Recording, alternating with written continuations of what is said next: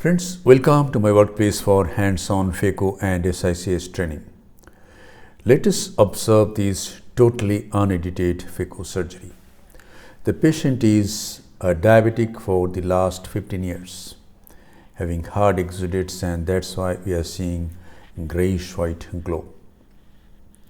The ocular surface is prepared applying few drops of povidone iodine, and the ocular surface is thoroughly irrigated with BSS. Now this is the main incision with a 2.8 mm steel keratome. We reach the proper magnification. The antechamber is filled up with 2% hydroxypropyl methyl cellulose.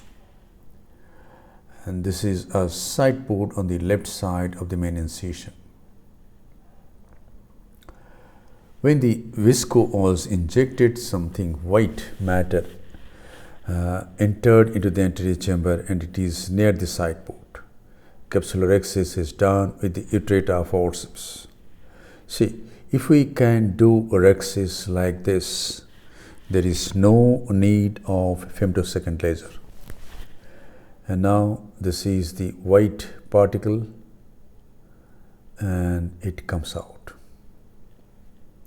Hydrodissection is done with 27 gauge cannula and BSS. Visco is injected, and now I am using the Prechopper designed by me to divide this nucleus. First Prechop, then on heminucleus is Prechopped, and then the other heminucleus is Prechopped. We see nice gaps, but there is a thick posterior plate in this case, probably because the patient is a diabetic. The main incision is enlarged to about 3 mm, and now I am going to manage this nucleus. The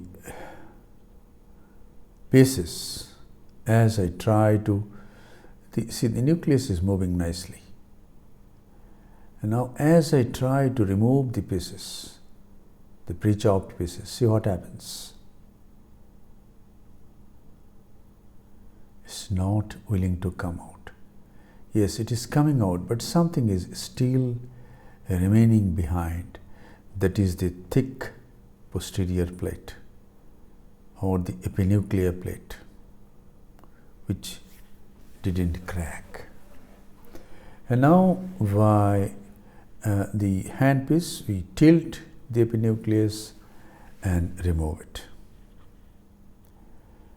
And some more cortical matter is still remaining. I removed most of the cortex by the handpiece itself, and there is some cortex remaining from 8 o'clock to 1 o'clock.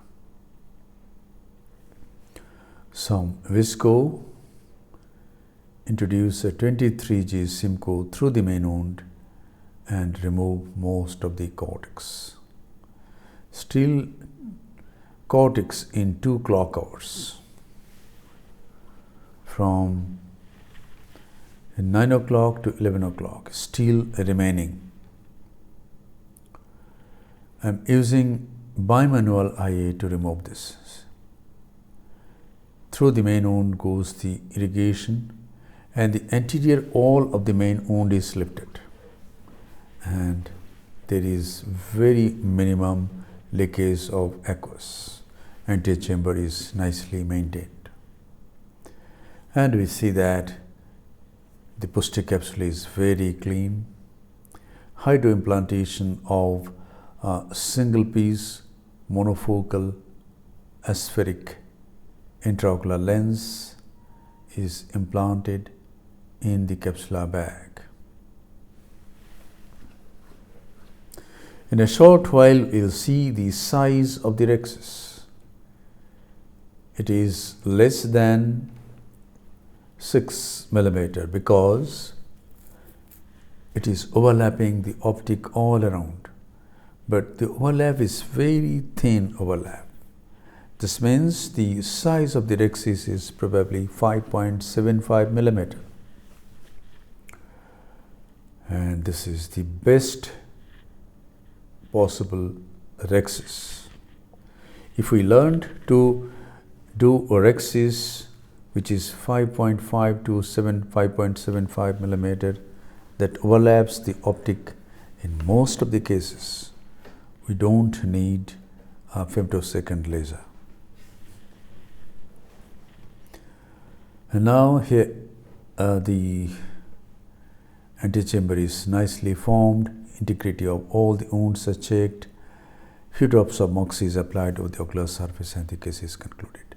Thank you very much for your attention. Hope this video will help you in developing your surgical skills.